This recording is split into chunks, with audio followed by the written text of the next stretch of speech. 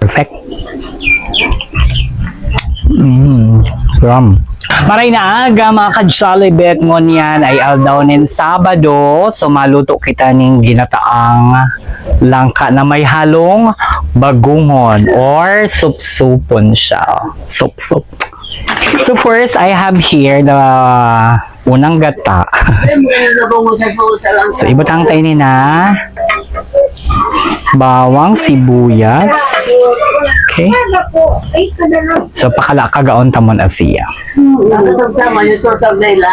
And I have here sili or ano ini? Labuyo, siling labuyo.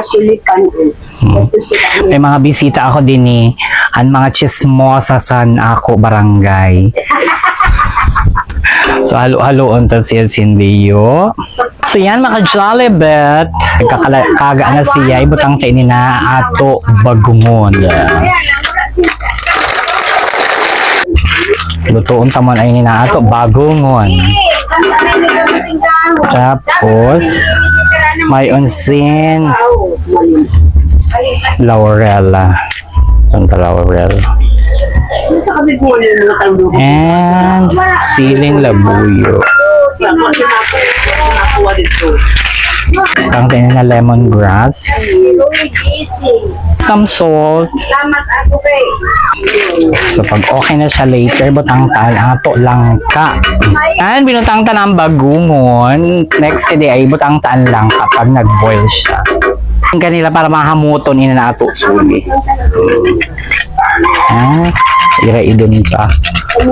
Kanila or ano ini sa laurel ha. Okay. Yes. Kanila ini. Wow. Kahamot sang kanila. Okay. So let's simmer this. After that, ibutang taan langka. So nagkaladkad na ato unang gata, ibutang taan na ato langka. And cover just about 10 or 15 minutes. So yan mga Jollibet, imo na kan masiramon ini na ato ginataang langka. Tadihan ta ini ha. Okay. Bagungon.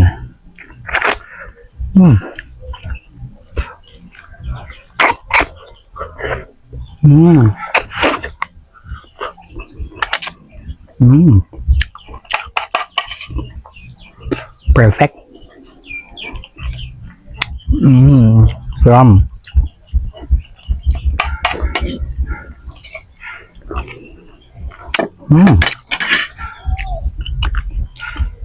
Perfect.